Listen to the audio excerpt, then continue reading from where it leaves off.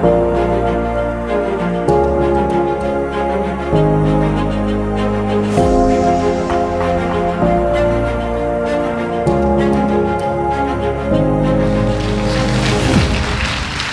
abençoado, olá, abençoada, com todas as bênçãos. Que maravilha, que privilégio, que honra estar aqui com vocês novamente neste canal de estudos em graça, graça do Evangelho entregue ao apóstolo Paulo nas 14 epístolas, de Romanos a Hebreus. E hoje nós vamos trazer para você também um tema prático, mais uma vez um tema bem prático, que fala a sabedoria dos iluminados por Cristo. Cristo ressuscitado iluminou as nossas mentes e nos deu a sabedoria predestinada, sabedoria para aprendermos a viver em graça, resolvendo todas as questões da nossa vida, do nosso dia a dia. E o Evangelho da Graça é a luz que manifesta todas as coisas. É a luz que determina em cada coração a sua intenção também. E cada um de nós descobre a nossa própria intenção. A gente se conhece através do Evangelho da Graça. A gente passa a se conhecer. As nossas virtudes que estão no Espírito e os nossos defeitos que estão na carne. Quando escreveu aos Efésios, o apóstolo Paulo os alertou, declarando o seguinte a eles, está no capítulo 5, versos 14 até o 20. Todo esse texto está aí na sua tela e a gente vai falando, né? E você vai vendo aí os destaques aparecendo conforme a gente for falando. Bem importante. Desperta tu que dormes, disse o apóstolo Paulo aos Efésios, e levanta-te dos mortos, e Cristo te iluminará. Lembrando que os Efésios eram uma congregação em graça, hein? Ele não estava falando para a gente que não estava convertida à graça, ele estava falando para uma congregação que ele mesmo tinha estabelecido em graça.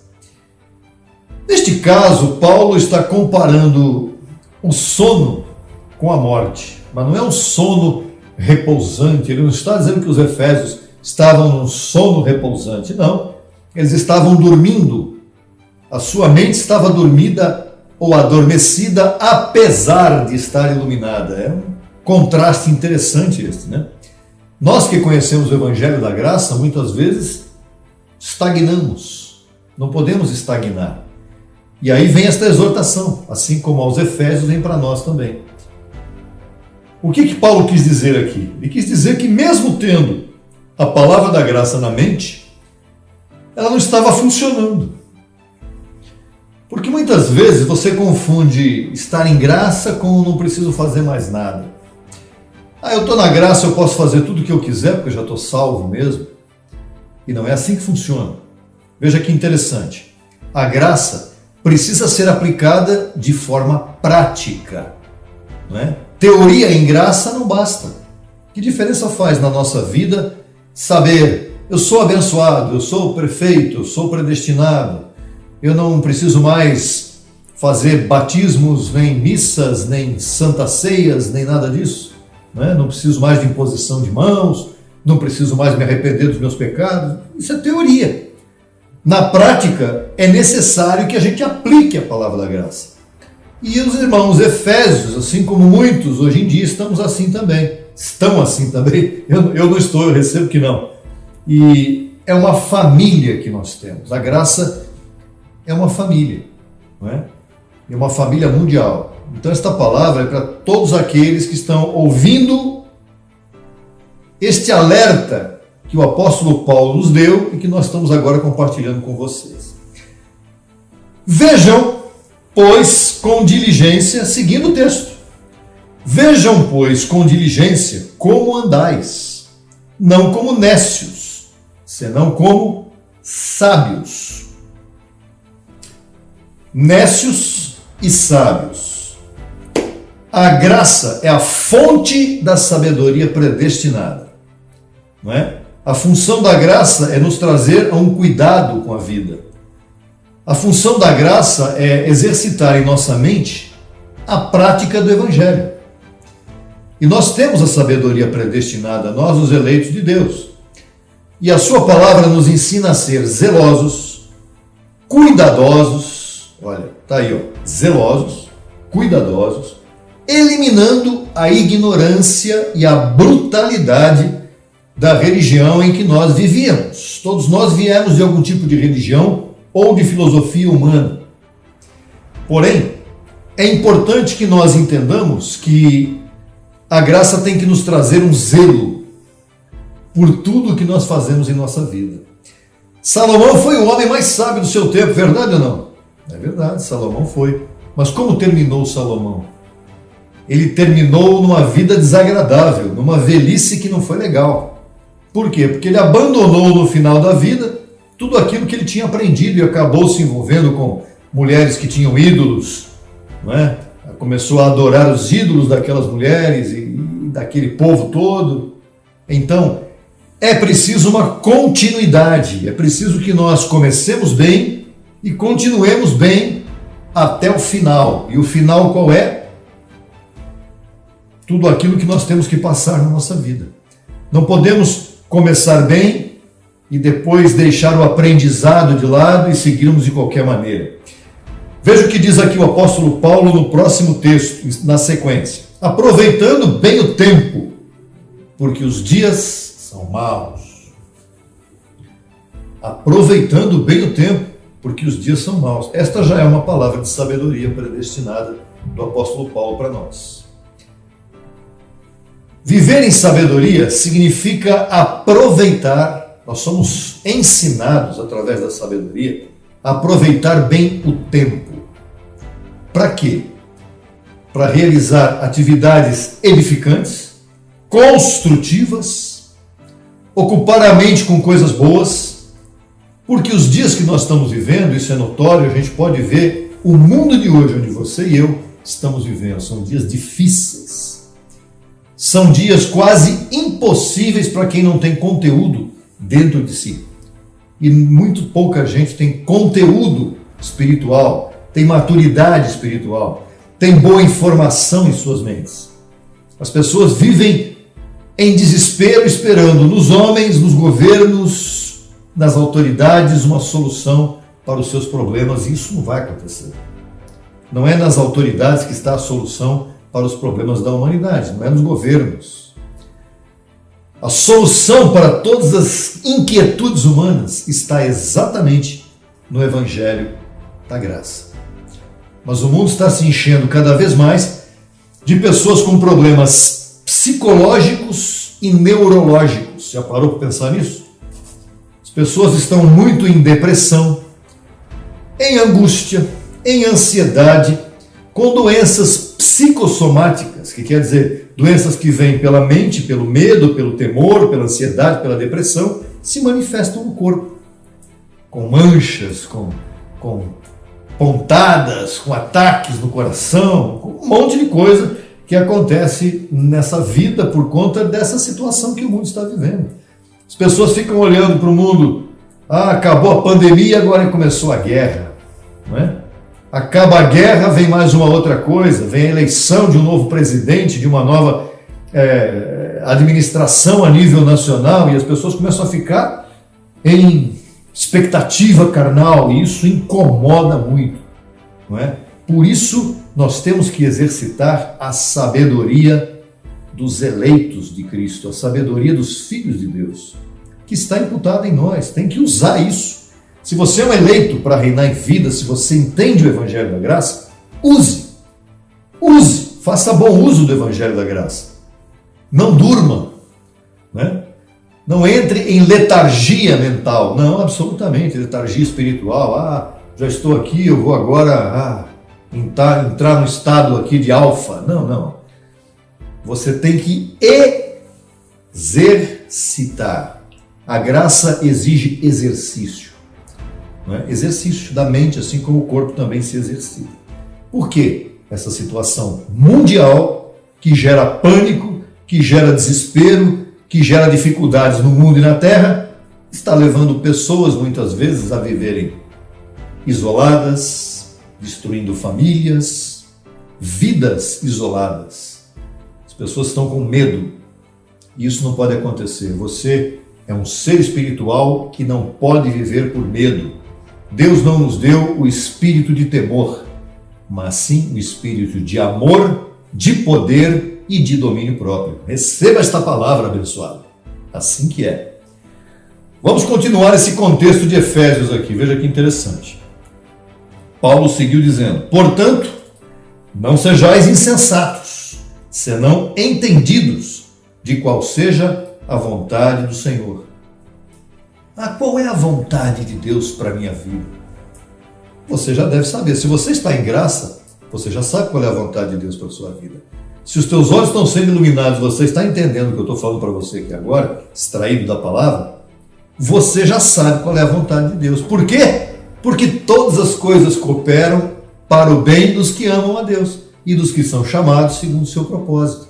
Se Deus tem um propósito em sua vida, você já sabe qual é a vontade de Deus. Qual é a vontade de Deus? Que você viva bem, que você reine em vida e que você aguarde com paciência a consumação de tudo isso, que é a transformação dos nossos corpos, a grande herança à qual nós somos chamados. Agora, a insensatez, diz aqui Paulo aos Efésios, não sejam insensatos. Vocês estão com os olhos da mente iluminada, vocês estão com os olhos do entendimento iluminados, vocês são da graça. Como é que vocês vivem uma vida insensata? Não. Sejam entendidos. Se você está em graça, pessoal, você é um entendido, você é um iluminado. Não se deixe levar por esta carne aí, esta carne adversária do teu espírito que vive em você. A insensatez está em se viver neste mundo, sem saber o que você está fazendo aqui. O que você está fazendo nesse mundo? Eu sei. Participando de carne e sangue para conhecer o bem e o mal. O bem eu já conhecia antes da fundação do mundo, quando eu fui criado. E o Senhor me trouxe para cá agora para conhecer também o mal. E para que conhecer o mal? Para entender o que é esta vida em carne, esta participação, isto é um privilégio, e optar e viver dominando o mal através do bem, dominando a carne através do Espírito. Assim são os religiosos que vivem em temor, em ignorância. Eles não sabem quem são, não sabem o que estão fazendo aqui. E quem é iluminado por Cristo, conforme declara o texto anterior, já conhece a sua verdadeira identidade. Qual é a sua verdadeira identidade, você sabe? Espiritual. Você é um filho de Deus. A sua pátria não é o Brasil. A sua pátria não está aqui. A sua pátria está nos céus. É verdade, você é um ser celestial. Você tem uma identidade celestial. E você está aqui chamado para reinar em vida. Reinar sobre esta vida. Reinar sobre a guerra. Reinar sobre o medo. Reinar sobre a escassez. Reinar sobre a mentira. Sobre a má informação. Sobre os temores que nos cercam todos os dias. Reinar sobre tudo isso. Porque todas as coisas, todas, colaboram para o seu bem. Abba Pai, não vos embriagueis com vinho, no qual há dissolução. Antes, sede cheios do Espírito. Oh, que tremendo que é isso. Não vos embriagueis com vinho. O vinho aqui está representando todas as obras da carne que estão em você. E em mim também. Todas as obras da carne. Se eu estou em carne, eu tenho todas as obras dela em mim. Só que eu não posso deixar que elas se manifestem. Eu não posso deixar que elas me dominem. E aí é que está a coisa. Quando eu pratico, ou seja, vivo em função das obras da carne, não é cometer uma obra da carne e depois dominá-la. É viver na prática delas. Elas desnorteiam, elas desagregam, elas dissolvem as nossas mentes. As obras da carne, elas são perigosíssimas, porque a prática delas, olha, ela pode destruir famílias, relacionamentos. E o vinho, aqui simbolizado, ele representa a perda do domínio próprio de um abençoado filho ou filha de Deus. Se você é um filho ou uma filha de Deus, compreenda que a expressão vinho aqui, não vos embriagueis com vinho, significa o quê? O que acontece quando uma pessoa se embriaga? O vinho é a bebida do tempo do apóstolo Paulo. Naquele tempo havia vinho, né? Não se falava em outro tipo de bebida, era um vinho. No tempo de Jesus de Nazaré, a mesma coisa. Então, o vinho representa aqui aquela pessoa que é levada a viver pela carne, pelos desejos carnais. E a carne embriaga, né? Não só se referindo ao vinho ou à bebedeira, mas se referindo a qualquer obra da carne que a pessoa pratique, que viva na prática desta obra da carne, e ela acaba se embriagando, ou seja, ela acaba sendo dominada pela carne, e isso vai fazer mal para a vida da pessoa, para a sua vida, para a minha vida, de qualquer um de nós. Por isso podemos aplicar aqui aquele texto de 1 Coríntios, capítulo 6, verso 12, quando Paulo afirma que todas as coisas me são lícitas, mas eu não me deixarei dominar por nenhuma delas. Posso fazer tudo, tenho licença para meter a cara, para botar o pé na jaca, como dizem aí. Mas eu devo? Convém? Não me convém. Não me convém. Então eu não me deixarei dominar por nenhuma obra da carne. Seja glutonaria, seja fornicação, adultério, seja idolatria, o que for, feitiçaria, que tem muito nas religiões, sejam elas quais forem, eu não me deixarei dominar por isso, porque eu quero estar lúcido, eu preciso estar sóbrio, dominando a minha carne através do conhecimento, através do Evangelho da Graça que vem para o meu espírito. Se a minha mente está iluminada, a minha função é dominar as manifestações da minha carne. Olha, nós temos presenciado mesmo, muitas manifestações de pessoas, mesmo em graça, verdade, mesmo iluminadas, pessoa iluminada pela graça, mas não conseguiu dominar as obras da carne. E aí o que aconteceu? Por exemplo, uma ira, pura e simplesmente uma ira. A pessoa fica irada. Ficar irada é normal. Mas deixar com que a ira domine, ou que aumente, ou que cresça, como diz, né? Deixar que o sol se ponha na sua ira, na sua raiva. A ira, ela está diretamente ligada à possessividade e à ambição desordenada. Não é? Quando a pessoa tem quer uma coisa, quer que aquilo que ela tem como objeto seja possuído por ela quer alguém, ela quer uma pessoa, ela quer uma coisa, e não consegue, ela começa a ficar irada e irritada, isso pode levar a uma situação de surto carnal tremendo. E pode autodestruir, a pessoa pode se autodestruir ou destruir a vida de outras pessoas. Destruir a ponto de cometer crimes, abençoado. O que é um crime passional? É uma ira, ciúme, manifestado num nível tão alto que a pessoa perde o controle de si mesma. E olha, por isso é que existe o Espírito em nós, por isso que existe a palavra do Evangelho da Graça, que tem que permear, tem que dominar, tem que comandar todas as nossas ações.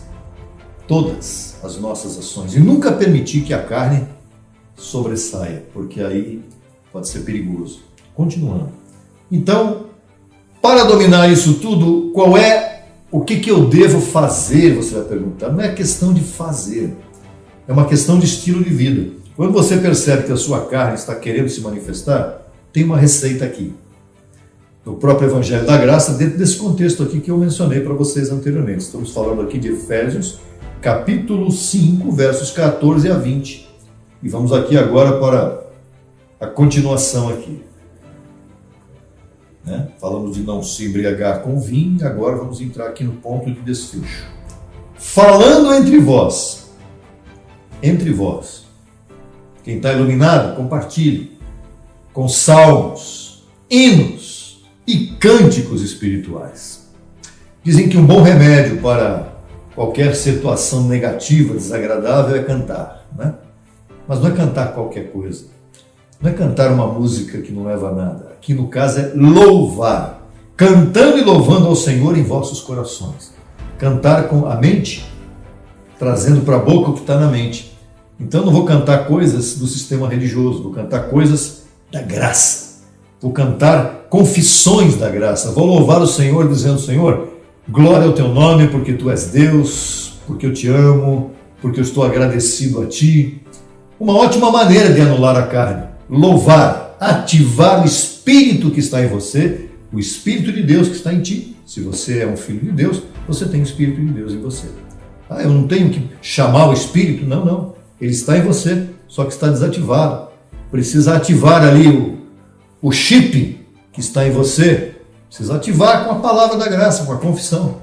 Louvar com a graça, não com confissões de escravidão. Senhor, como é que eu estou aqui sofrendo, Senhor, eu preciso de ti. Não é esse tipo de louvor. Não é também na base da humilhação nem da murmuração. Não é com queixas. Nós louvamos a Deus com Abba, Pai. Papai, sou teu, tu és meu, estou em ti, tu estás em mim. Abba, Pai. O próximo texto, final, por sinal, ele nos explica e nos ensina como é que devemos louvar. Dando sempre graças por tudo ao Deus e Pai, no nome de nosso Senhor Jesus Cristo. Gratidão. Gratidão por ter sido iluminado, gratidão por ter sido escolhido, gratidão porque tudo colabora para o meu bem, gratidão porque essa palavra linda está correndo e alcançando outras vidas, gratidão porque eu sou feliz, eu não estou feliz, eu sou feliz. Estar é um estado momentâneo, não é? Ser é um estado, é uma posição permanente, não é uma circunstância. Então diga onde você estiver, eu sou feliz. Ao aplicar este estilo de vida em teu entendimento, você receber que você está nesse estilo de vida, você estará em permanente espírito de gratidão a Deus por tudo que Ele já fez por você. Tem pessoas que dizem, Senhor, faz isso para mim, faz isso para mim. Ele já fez tudo. Ele iluminou tua mente, Ele te elegeu desde antes da fundação do mundo, te escolheu, você é um filho dele. Você e ele estão bem, você não deve nada a Deus, já perdoou os teus pecados na cruz, já cumpriu tudo que está determinado em tua vida, já te justificou, você não tem mais pecado e já te glorificou. Você está a caminho de receber a maior herança que um filho de Deus pode receber. Sabe qual é? A transformação do teu corpo. E para que eu tenho que transformar o meu corpo? Porque eu não posso fazer certas coisas. Eu estou limitado por esta carne e ela não é a minha verdadeira identidade. Esta carne não é. Isso aqui é uma mentira. Isso aqui é algo passageiro. Isso aqui é uma participação. Mas como o Espírito de Deus vive em minha mente, eu tenho que cuidar bem desse corpo. Senão ele acaba complicando a minha vida e me trazendo um destino desagradável nesta terra. Eu quero reinar em vida. Eu não quero viver de qualquer maneira nesse mundo, porque eu amo ao Espírito de Deus que está em mim. Então, esta é a palavra de sabedoria. A palavra é sabedoria predestinada. Como é que eu devo viver nesta terra?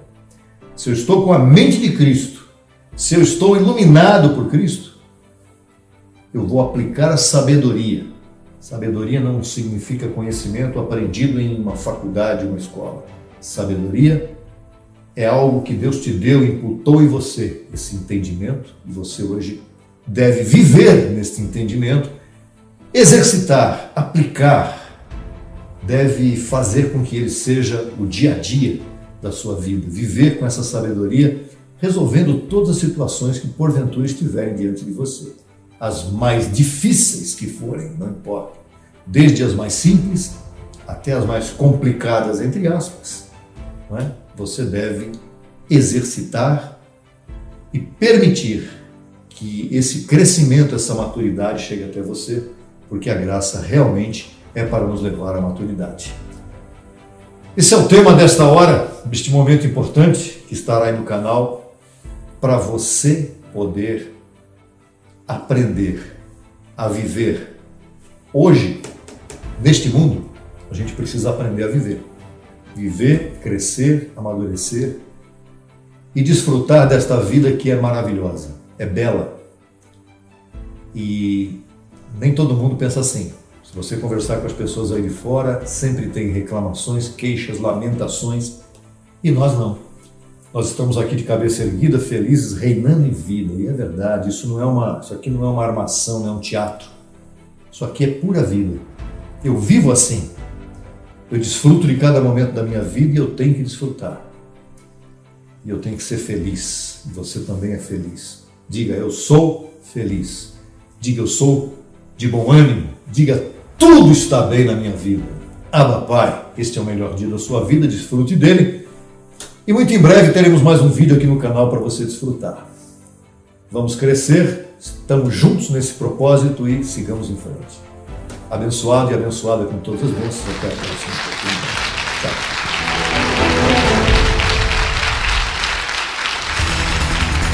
Solicite material inteiramente grátis pelo WhatsApp 11 95002 5531.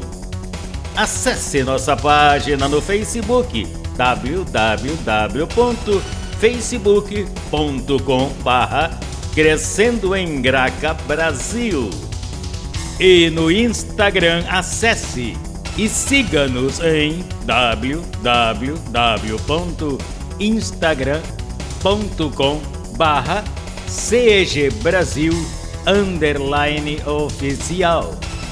Acesse também nossa rádio web 24 horas www.radiograca.net. Também pelo nosso aplicativo Rádio Graça, disponível no Play Store. No YouTube estamos em 2 canais. Na barra de pesquisa você digita Crescendo em Graça Brasil Oficial. Neste canal você desfrutará de louvores, conferências apostólicas, confissões em graça, especiais musicais e muito mais.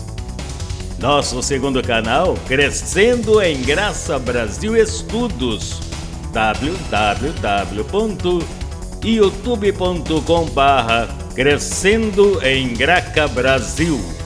Neste canal você desfrutará de estudos bíblicos em apostila com base em mensagens do apóstolo e doutor José Luiz de Jesus Miranda.